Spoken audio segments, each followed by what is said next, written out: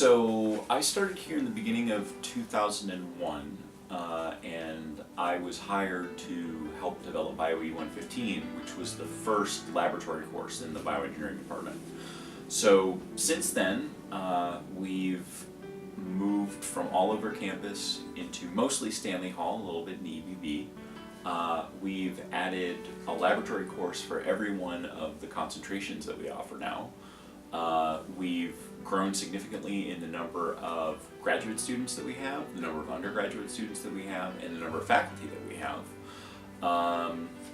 And basically significantly changed the curriculum at least once, maybe 1.5 times.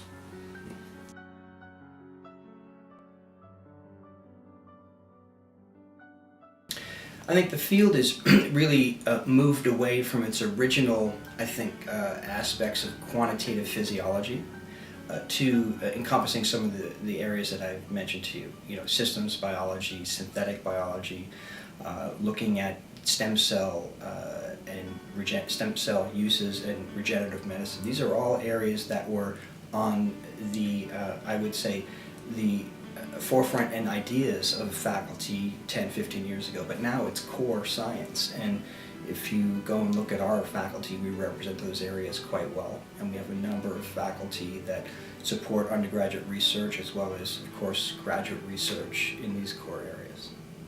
In the field has changed significantly in the past 12 years, but that's not unusual for any young field. I think that there's been a tremendous amount of expansion and a tremendous amount of interest, and sort of a refinement of the collaborations that we have, not just with, say, the clinics or UCSF, their medical school, but also in other departments.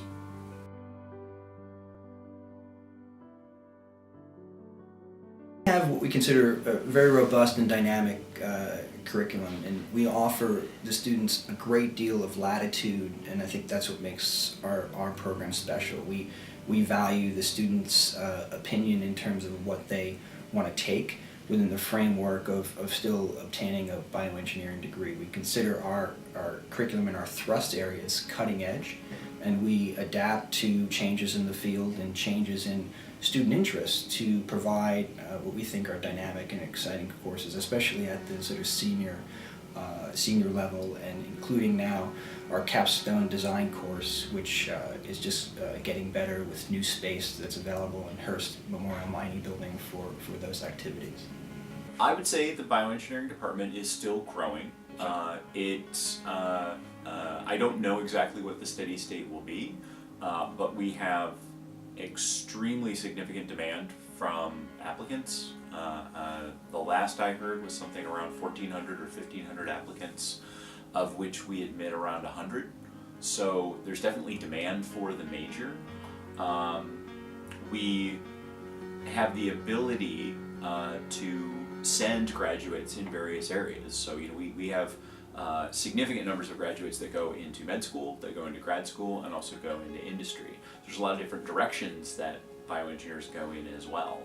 How much will grow? I don't know, but we're definitely not done growing.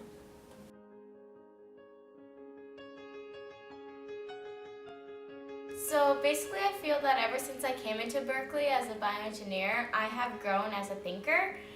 In high school I've always been given like problems and a sample, like how to solve it, and you're given the method. But when I came to Berkeley, I found that now we have to find the method, and that has challenged me as a thinker to look at a problem and really analyze it to see how we could solve it versus just following a template so we can arrive at a solution. I've also grown as a group member. I feel like I'm becoming a better team worker just because there's so many opportunities for me to work with other people in like all of my classes. And I feel like since I'm only a freshman right now, I know this growth is going to continue as I continue throughout my education here at Cal.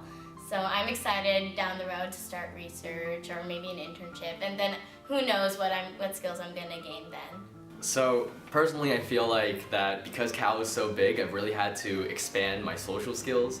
I went to a school with like 70 people in a grade, so by the end of 4 years, I was really, really comfortable with everyone.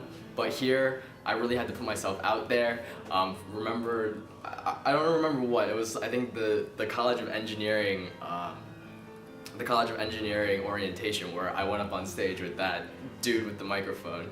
I kind of feel like because Cal is so big, you have to really try hard to find the right people, and I think I've done that by becoming a part of BMES.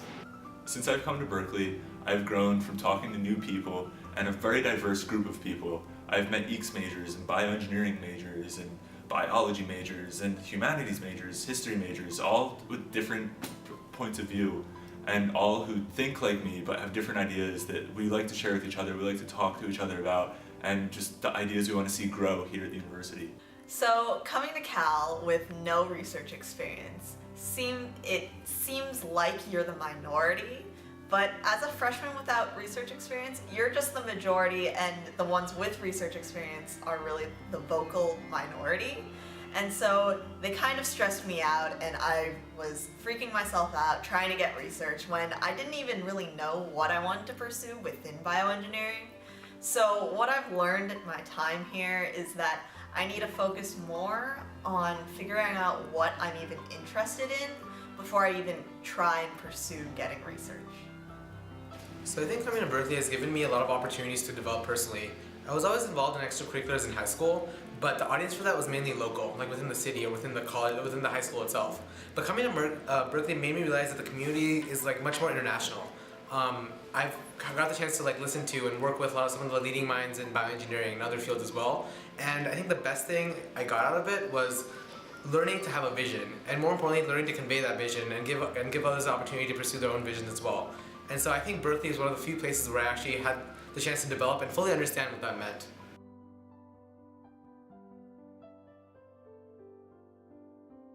I think that it's going to become more and more interdisciplinary. I think that bioengineering already is, but it wasn't necessarily always that way. I think it was sort of split into factions, and there's a lot of people looking specifically at mechanical problems or specifically at electrical or just cell-based problems. And I think as the field has moved forward and it will continue to move forward, I think it's more and more collaborative, and there's more and more crossover. I think the distinguishing lines are sort of blurring. It's hard to lump yourself into one particular box anymore, and I really think that the field in general will have more collaboration, and it will cross over with other disciplines as well. So I think there's going to be more interaction with clinicians, as well as, say, regulatory experts, IP experts, also business people. I think not only will it be more interdisciplinary, but also more translational, and that's why we've developed this new master's program, the Translational Medicine program. I think the field in general is moving to understand not only the basic science and the discovery, but being better at taking those discoveries and actually making them into products that get into the clinics and really help people. So the reason I was initially interested in bioengineering was because I was really fascinated by combining engineering and biology, and I really think that in the future bioengineering will really take off. I've had a lot of opportunities to listen to kind of the leading bioengineers to like basically see how some of the problems that are available in like the medical field and things like that, they can only be solved with bioengineering expertise. So I'm really excited about what the future holds, and also like where this kind of field will go. I envision basically us working with a lot of other engineering majors in different fields and kind of working with them to solve some of the leading problems within the medical field as well. I guarantee that it will change. It's a very young field. It is starting to mature, but technology is changing and medicine is changing. There's a lot of significant changes to medicine that we expect as a result of recent politics, but also as a result of our aging population. I have big ideas and big visions, so it's just a matter of how much we can have the administration support those ideas. The dean is very much supportive of the growth of bioengineering. We're currently searching for 3 faculty members in bioengineering, so there'll be 3 new faculty members hopefully to teach new courses at the undergraduate level and contribute to the growth of the field. And so I see we have now is about I'd say about 25% growth in the amount of faculty, and that also means in different areas.